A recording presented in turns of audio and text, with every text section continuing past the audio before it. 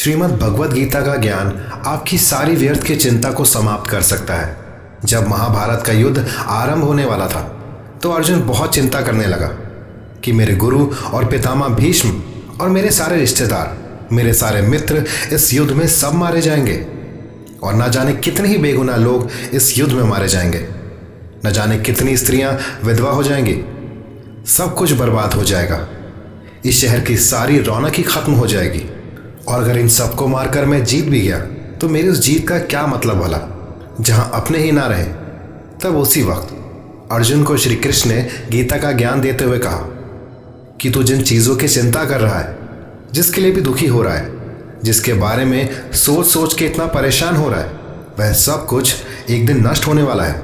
आज नहीं तो कल उन सबको वैसे भी मिट्टी में मिल जाना है। और जो अविनाशी आत्मा है वह कभी भी नष्ट नहीं हो सकती। तो चिंता और दुख की बात किस बात के लिए करते हो?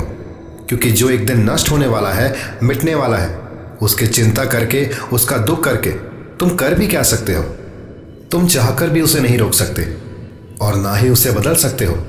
तो क्यों चिंता करके अपना जीवन नष्ट कर रहे हो? और जो नष्ट हो ही नहीं सकता उसकी चिंता करने की कोई जरूरत नहीं है। तो स्थिति को तुम जैसे मर्जी देखो, तुम्हारी चिंता करना बिल्कुल व्यर्थ है। वास्तव में आप भी उन चीज़ों की चिंता करते रहते हैं जिनको आप कंट्रोल नहीं कर सकते, तो आप कभी भी बदल नहीं सकते। याद रखना, जो भी व्यक्ति चीज़ों को जितना कंट्रोल करने की कोशिश करेगा, जितना भी प्रयास करेगा कि ज़िंदगी मेरे हिसाब से चले, जो मैं चाहता हूँ मुझे बस वही मिले, और जो चीज़ मैं नहीं चाहता वो मेरी ज़िंदगी में कभी भी ना आए, ऐसे व्यक्ति को सबसे ज़्यादा चिंता और तनाव का सामना करना पड़ेगा। क्योंकि यह ज़िंदगी एक बहते पानी की तरह है। इस पानी में दो तिनके बह रहे हैं, जिसमें से एक तिनका पानी की लहरों के साथ आनंद लेते हुए बहता जा रहा है कि पानी जहां जा रहा है वह उसके साथ बहता चला जाएगा। जहां जहां पानी जाएगा वहां वहां वो तिनका भी उसके साथ आनंद लेते हुए बेहतर जीवन की ओर बढ़ेगा। वह तिनका खुश होता जा रहा है। और वहीं एक दूसरा तिनका था जो उस पानी के बहाव के साथ लगातार लड़ रहा था। उसको लगता था कि पानी के खिलाफ जाकर जहां भी पानी जा रहा है वह उस पानी के बहाव को बदल देगा। वो जहां जाना चाहता है वहीं उस पानी को लेकर जाएगा, क्योंकि उसने अपने मन में उस पानी को ले जाने की मंजिल और कहानी दोनों सोच रखी थी। वह तिनका पानी के बहाव के साथ लड़ता रहा, किनारों से पत्थरों से टकराता रहा, लेकिन पानी के बहाव को वह तिनका बदल ना सका। बल्कि वह तिनका जितनी कोशिश करता रहा कि वह पानी से लड़े और उस बहाव को मोड़ दे, उतना ही वह उस समय के साथ दुखी और परेशान होता रहा। यह जिंदगी भी ऐसी है, बहते पानी की तरह, और यह आगे ही बढ़ती चली जाएगी। लेकिन अब हमें तय करना है कि हम किसकी तरह बनना चाहते हैं। या तो हम चिंता करके, खुद को परेशान करके जिंदगी से लड़ते रहें, जिंदगी से शिकायत करते रहें, या फिर हम वैसे बन जाएं जहां हमें जिंदगी लेके जाना चाहती है, या कहें जहां जिंदगी हमें लेकर जा रही है उसी रास्ते पर आनंद लेना शुरू कर दें और उसी तरह खुश रहना शुरू कर दें। हमारे हालात उस व्यक्ति जैसे हैं। एक बार एक राजा नगर से गुजर रहा था। उस राजा ने मार्ग में देखा कि एक गरीब बूढ़ा व्यक्ति उसके सिर पर लकड़ियों का गट्ठर बांधकर उससे अपने घर की ओर ले जा रहा है। राजा को उस व्यक्ति पर बहुत दया आई।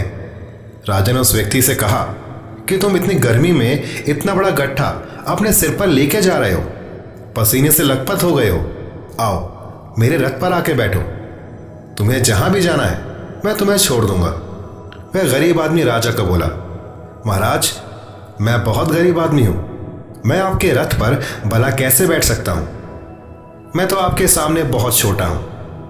राजा ने कहा कि मैं छोटा बड़ा, अमीर गरीब नहीं मानता। मनुष्य को मनुष्य की मदद करनी चाहिए। अगर हमारे पास कुछ ज्यादा है और अगर किसी के पास जरूरत से कम, तो उस व्यक्ति को वह जरूरत की चीज जरूर देनी चाहिए। तुम भी एक मनुष्य हो और मैं भी एक मनुष्य हूं, और अगर एक मनुष्य दूसरे मनुष्य की पीड़ा नहीं समझेगा तो वह मनुष्य नहीं है, वह तो पशु के समान है। इसीलिए तुम मेरी गाड़ी में आ जाओ, मैं तुम्हें तुम्हारी मंजिल तक छोड़ दूंगा। राजा के ऐसे कहने पर किसान राजा के साथ रथ में बैठ गया। जब रथ चलने लगा तब राजा ने देखा कि किसान के सर से अभी भी पसीना बह रहा है। तब राजा ने गौर किया कि उसने अपने सर से उस लकड़ी के गट्ठे को उतारा ही नहीं। तब राजा ने उस आदमी से कहा कि तुम अपने सर पर इस लकड़ी के गट्ठे को लेकर क्यों बैठे हो? अब तो तुम मेरे रथ पर आ बैठे हो, ये गट्ठा मेरे रथ पर रख दो, तुम आराम से बैठो। तो वह व्यक्ति कहता है, नहीं नहीं महाराज, आपने मुझे ही अपने रथ पे बैठाया, मेरे लिए यह बहुत बड़ा सौभाग्य है। मैं अपने लकड़ी के गट्ठे का वजन आपके रथ पर बिल्कुल नहीं आने दूंगा। इस बात को सुनकर राजा ने अपना सिर पीट लिया। यह कहानी हम सबकी है। गीता में श्री कृष्ण कहते हैं, अगर अपनी हर चिंता, अपना हर दुख तुम मुझ पर छोड़ दो तो मैं तुम्हारे हर दुख को दूर कर सकता हूँ, मैं तुम्हारी हर चिंता को दूर कर सकता हूँ। लेकिन यहाँ पर हर मनुष्य अपने ही सर पर हर वक्त चिंता का गट्ठा लेके घूम रहा है। हालांकि कर कुछ नहीं सकता, ताकत उसमें कुछ भी नहीं, लेकिन इंसान अपनी मर्जी का जोर चलाता है। हर इंसान को लगता है कि सब कुछ मैंने संभाल रखा है, मैं अगर ध्यान ना दूं, मैं अगर कुछ ना करूं तो सब कुछ बर्बाद हो जाएगा, सब कुछ खत्म हो जाएगा। मैंने कहानी सुनी, एक महल में छिपकली रहा करती थी। वह छिपकली सभी दूसरी छिपकलियों की रानी थी। जब कभी भी कहीं जाना होता था तो जो छिपकलियां उसके नीचे थी वह उन्हें भेज दिया करती थी, वह खुद बाहर नहीं जाती थी। एक दिन सब छिपकलियों ने उससे पूछा कि तुम हमारी रानी हो पर तुम बाहर क्यों नहीं जाती, हर वक्त इस महल में ही बैठी रहती हो, ऐसा क्या कारण है कि तुम बाहर बिल्कुल भी नहीं निकलती? तो वह छिपकली कहती है कि इस महल की छत को मैंने संभाल के रखा है, अगर मैं यहां से चली गई तो इस महल की छत गिर जाएगी। ऐसा ही हर किसी को लगता है कि अगर मैं नहीं रहूंगा तो कोई काम नहीं हो पाएगा। हर इंसान यह भ्रम पाल बैठता है कि सब कुछ करने वाला मैं हूं और सब कुछ मुझे ही करना है। हालांकि इतनी ही शक्ति हमारे अंदर है कि हम अपनी सांस खुद ले सकें, लेकिन प्रकृति ने ऐसा नियम बनाया है कि हमारी सांस अपने आप चलती है। अगर सांस लेने का काम हम पर छोड़ दिया जाए तो हम एक दिन भी जिंदा नहीं रह पाएंगे। जहां एक पल के लिए भी सांस लेना भूले और उधर मौत सामने आ जाएगी। मनुष्य के सीने में चिंता की ऐसी बीमारी है कि वह सिर्फ आज की चिंता नहीं करता और ना ही सिर्फ अपने कल की चिंता नहीं करता, वह अपने आने वाले 10, 20, 50 साल या कहें बुढ़ापे तक की, अपने मरने तक की बात तक की चिंता करता है। और एक बात याद रखना, जो लोग बहुत ज़्यादा सोचते हैं, बहुत ज़्यादा चिंता करते हैं, उनमें कुछ भी करने की शक्ति खत्म हो जाती है, क्योंकि चिंता करने में ही उनकी सारी ऊर्जा नष्ट हो जाती है। कलयुग के लोग सोचते बहुत ज़्यादा हैं और करते बहुत कम हैं।